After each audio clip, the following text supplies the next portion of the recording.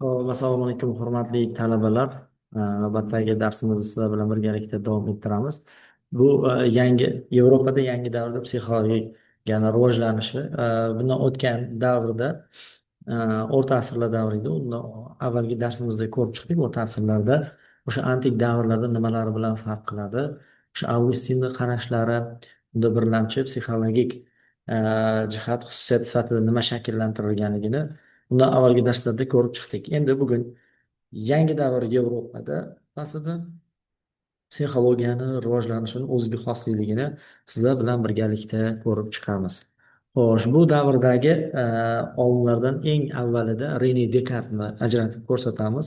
Rene Descartes topshiriqni avvalida ham bu mavzuni boshida ham sizlarga demak topshiriqlarni aytib o'tamiz. Rene Descartes bo'yicha bizda bergan ma'lumotlardan ko'ra yana ko'proq ma'lumot to'plab borishimizni bu yerda topshiriq sifatida aytib o'tamiz. Avvalida sababi Rene Descartesni psixologiya olamidagi qarashlari bu yangicha yo'nalish yasagan. Mana shu nuqtai nazardan siz Rene Descartesni o'rganish, uni psixologik qarashlarini tahlil qilish orqali psixologiya mazmuniga ancha muncha kirib borishingiz mumkin bo'ladi.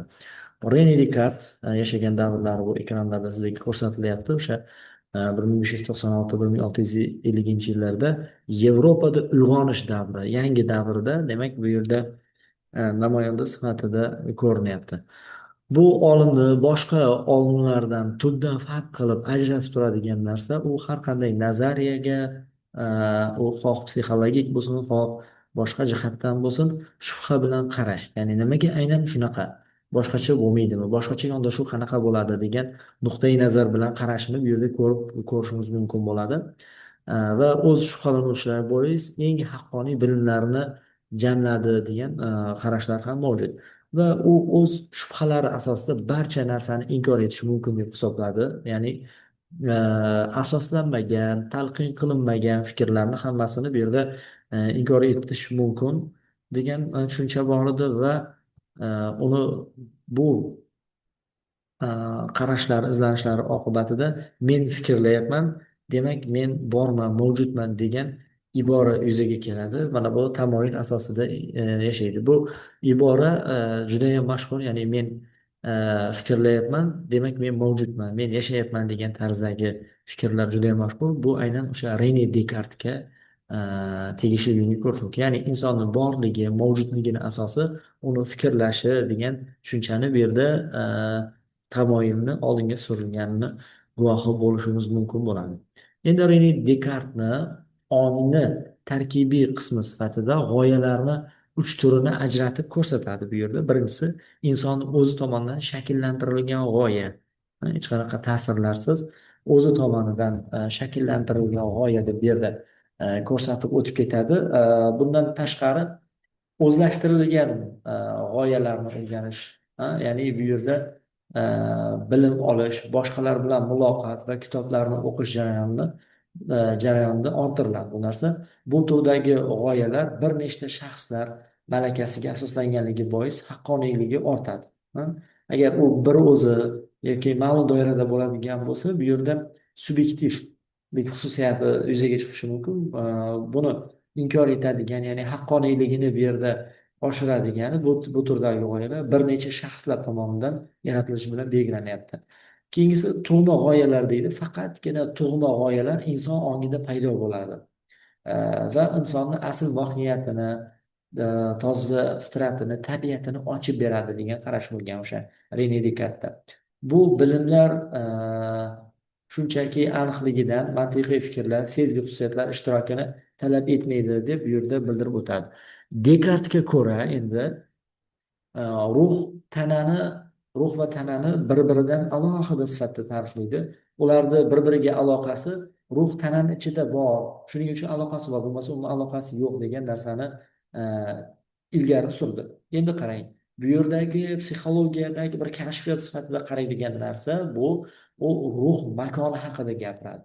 Ruh makoni bizni miyamizda joylashgan shishasimon bezda bor deb tushuntiradi. Bu shishasimon bez faqatgina insongagina xos deydi. Ya'ni ruh faqat insongagina xos degan tushunchasi bor Rene Descartesda, lekin biz bilamizki bugungi kunda o'sha yani psixik hodisa, psixika deb oladigan bo'lsak, u nafaqat insonga, balki hayvonlar olamiga ham mansub. Ya'ni ular ham og'riqni his qiladi, xavfni his qiladi, ularda ham agressiya mavjud. Bu narsalarni ma'lum ehtiyojlar bor, ma'lum o'sha aql kurtaklari instinktiv ravishda o'sha jarayonlarni amalga oshiradi. Endi bu narsa o'sha Dekart zamonasida shishasimon bez faqat odamgagina topilgan. Keyinchalik o'sha Dekartni shogirdlari o'zi tomonidan qilingan tadqiqotlarda ayrim hayvonlarda ham topilganini ko'rishimiz mumkin bo'ladi. Albatta bu Dekartni ruh va tana munosabat haqidagi ta'limotini rad etishiga sabab bo'ladi. Ya'ni u yuqorida biz aytib o'tgan o'sha ta'limotlarni rad etishiga sababchi bo'ladi. Dekart tana o'z tabiatiga bo'linuvchi, ruh esa bo'linmas degan tushunchalarni ilgari suradi va Dekartni yana bir psixologiya olamiga oid bo'lgan bir jihati mavjud. U ruh butunlay mening tanamdan ayri bo'lib, u tanamsiz ham mavjud bo'la oladi degan qarashi mavjud. Endi Dekartni qarashlari bugungi kunda ahamiyatliligi nimada? Nima sababdan u shu davrgacha yaratilgan psixologik qarashlarni tubdan o'zgartirib yubordi desa, u insonni nerv fiziologik jarayonlarini o'rgangan, dastlabki o'rgangan olimlardan, masalan, shu refleks tushunchasini dastlab u qo'llagan. Shuning uchun ham Ivan Petrovich Pavlov tadqiqotlarida o'sha refleksiyani shartli yoki shartsiz turlarini tasdiqlayotganda, ularni yuzaga kelish mexanizmlarini inobatga olib o'z tadqiqotlarini tashkil etganda Dekartni qarashlari asosida ekanligini ta'kidlab o'tadi va u o'z tomonidan yaratilgan institutni markazida o'sha Dekartni haykalini o'rnatadi. Sababi uni tadqiqotlarini asosi dastlabki davrda o'sha Dekart tomonidan ilgari surilganligidan asos bu xizmat qiladi. Hop, endi bu yerda o'sha Dekartni ismi bilan psixologiya tarixida g'oyat muhim bosqichga aylandi. Aynan u o'zini ong haqidagi ta'limotini o'sha birinchidan undan avvalgi ta'limotlar bilan bog'lash, uzilish nuqtalarini ochib berdi, chunki u hech narsaga ishonmas edi, shubha ostida qarardi, konkretlik sifatida oydinlashtirib, keyin uni xulosa qilib berishlikni o'ziga nima deydi, yo'naldi, shior qilib olgan. Shu nuqtai nazardan boshqa nazariyalardan, qarashlardan bu yerda ajraldi. Bu psixologiya tarixida keskin burilishni yasadi deb ayta olishimiz mumkin. Bundan tashqari Fransis Bacon, o'sha ingliz filosofi ham psixologiyada bir ajoyib burilishni yasadi. U ruhni ikkiga ajratdi. Birinchisi ruhiy, aqliy ruh va hissiy ruh sifatida ajratyapti. Bugungi kunda bizda ham bu narsani uchratishimiz mumkin. Ba'zi insonlarda aqliy tip, unda qabul qilgan qarorlarida aqlni o'rni yuqoriroq. Ba'zi insonlarda hissiy, ya'ni hissiyotga beriluvchan qarorlarida o'sha hissiyotni o'rnini sezib turishimiz, ko'rishimiz mumkin. Bekon davrida ham mana shunday ikkita tipga o'sha davrdan ajratgan.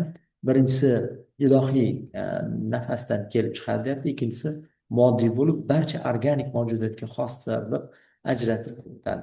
Hayvonlarning tanasi hissiy ruh organidir, insonda esa tana aqliy ruh deb bu yerda ajratganini ko'rish mumkin. Endi buni ichida sharqona qarashda o'sha hissiy ruh deganda bu yerda nafsni o'lishini ham bu yerda ko'rsatib kiritib o'tishi mumkin bo'ladi. Ya'ni insonning xohish istaklari, shu jihatlar. Jon Lok Bekon kashf qilgan ilmiy metodologiyani davomchisi sifatida namoyon bo'ladi. Biz ham o'sha Jon Lokni qarashlarini, psixologiyaga oid, inson ruhiyatiga oid qarashlarini biz bu o'rinda albatta ta'kidlab o'tishimiz kerak. Aynan mana shu Jon Lokni asarlari tufayli psixologiyada empirik tajribaga suyangan psixologiya deb atalgan yangi oqim paydo bo'ldi. Empirik psixologiya. Ya'ni Jon Lokda ham o'sha bironta bir tushuncha, inson ruhiyati haqida psixologiyaviy qarashlarni albatta tadqiq etish, sinab ko'rish jihat bosqichlari bo'lgan. Shuning uchun ham unda o'sha empirik tajribaga suyangan psixologiya vujudga kelgan ko'rish mumkin. Uni fikricha asosiy hamda birlamchi psixik hodisa bu sezgidan boshlanadi degan tushunchani ilgari surgan. Jon Lok ham o'sha hodisalar tasodifiy bir vaqtda sodir bo'lish natijasida tasavvurlar o'rtasida hosil bo'ladigan bog'lanishlarni belgilash uchun birinchi bo'lib psixologiyada assotsiatsiya termini, bog'lanish terminini demak ishlatganligini guvohi bo'lishimiz mumkin. Bundan tashqari biz yangi davr psixologiyasidagi yangicha o'zgarishlarni va bu o'zgarishlarga sabab bo'ladigan qarashlarni inobatga olib o'rganayotganimizda Benedikt Spinozani e'tibordan chetda qoldirishimiz mumkin emas. Ya'ni u ham yangi davr namoyandalaridan bo'lib psixologiyani bugungi taraqqiyoti, bugungi kelish rivojlanish uchun o'sha davrda muhim hissasini qo'shgan. Ya'ni Spinoza insonni hissiy holatlari ko'proq affektiv moslashishni yoritadi. O'zini affektlar haqidagi ta'limotida, ya'ni biz ularni ko'proq Spinozani emotsiyalar haqida, aynan affektlar haqidagi fikrlarini ko'p uchratishimiz mumkin. Yoritganligini va affektlar haqidagi ta'limotda uni paydo bo'lishi, affektni, uni xususiyati, tabiati va odamlarni affektga qaramliyligi, unga tobe bo'lib qolishi, unga bo'ysunib qo'yishligi, affektlarni kuchi, insonni undan xalos bo'lishi, inson aqlining kuchi masalalari yuzasidan demak, ya'ni umuman insonni o'sha affektlarni boshqara olish imkoniyatlari, affektlarni yuzaga kelib insondagi o'zini namoyon qilish mexanizmlarini to'laqonli yoritgan olim sifatida Benedikt Spinozani ko'rishimiz mumkin. Endi u affektlar butunlay inson irodasiga bog'liq deyapti. Ularni to'liq boshqarish mumkin degan fikrga qo'shilmaydi. Ya'ni ular nazoratsiz qoladigan, ya'ni bizni emotsiyamiz bir xususiyati, irodaga ham, aqlga ham bo'ysunmaydigan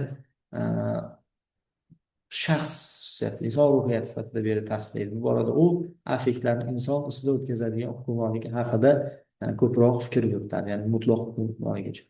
Barcha affektlar endi o'sha Spinozani fikricha inson shunday holatda olib keladiki, bundan o'z-o'zini boshqara olmaydi. Ya'ni o'z-o'zini nazorat qilish mexanizmlaridan chiqib ketadi degan bu yerda xulosalarni beradi. Hop, Spinoza ruh tana birligini ta'kidlaydi, ya'ni boyagi ruh va tana birligi bu yerda aynan ta'kidlanadi. U insoniyatning mohiyatini bilish faoliyati hamda g'oya va tushunchalar mavjudligi bilan belgilanadi. G'oya inson ruhiyati asosini tashkil etadi deb o'zini fikrlarini bildirib o'tganini ko'rishimiz mumkin. Leibnitsni fikrlarini ko'rishimiz mumkin bu yerda inson ongi haqidagi yangi malakalari yoki bo'lmasa monadologiya kabi asarlarida o'sha psixologik qarashlarni ilgari suradi. Bu yerda ratsionalizm va sensualizm degan bir qancha tushunchalar mavjud. Yangi davrga xos bo'lgan bular nimani ifodalaydi? Ular inson tafakkurini qaysi manbadan, aqldan yoki bo'lmasa sezgi hissiyotlardanmi kelib chiqish holatini bu yerda ifodalaydi. Ya'ni agar insonni tafakkuri aqldan quvvat oladigan bo'lsa, aql birlamchi bo'ladigan bo'lsa, demak bu yondashuvlarni ilgari surgan olimlar ratsionalizmdan yoki bo'lmasa inson emotsiyalari, sezgi, hissiyotlar, tajribalaridan o'sha to'yinadi, manba o'sha deb qaraladigan bo'lsa, bu sensualizm yo'nalishi